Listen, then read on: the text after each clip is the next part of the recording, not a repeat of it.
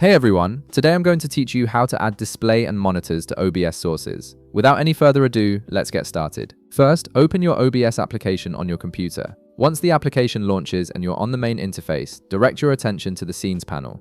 Here, you'll see a plus icon. Click on it to create a new scene. For this example, type in Display 1 as your scene name, then click OK. This creates a dedicated scene where you'll be able to organize your display capture sources, making it easier to manage different streaming or recording setups.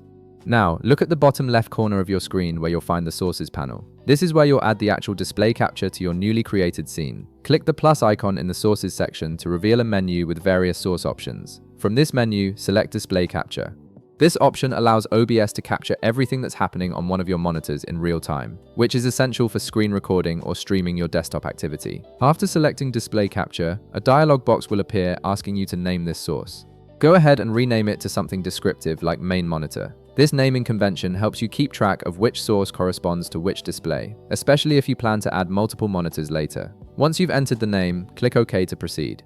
Next, you'll see the Properties window for your display capture source. Here, look for the Display option, and right beside it, you'll notice a drop-down menu. Click on this drop-down to reveal a list of all available displays connected to your computer. Select your preferred display from the list.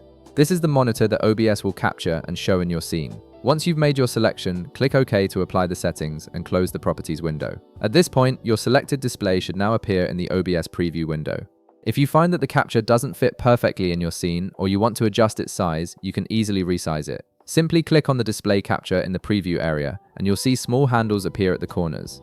Drag these corners inward or outward to resize the capture to your desired dimensions. This gives you full control over how your display appears in your final recording or stream. And there you have it. You've successfully added a display capture to your OBS sources, allowing you to stream or record your monitor with ease. If this video helped you out, be sure to leave a like, subscribe, and I'll see you in the next one.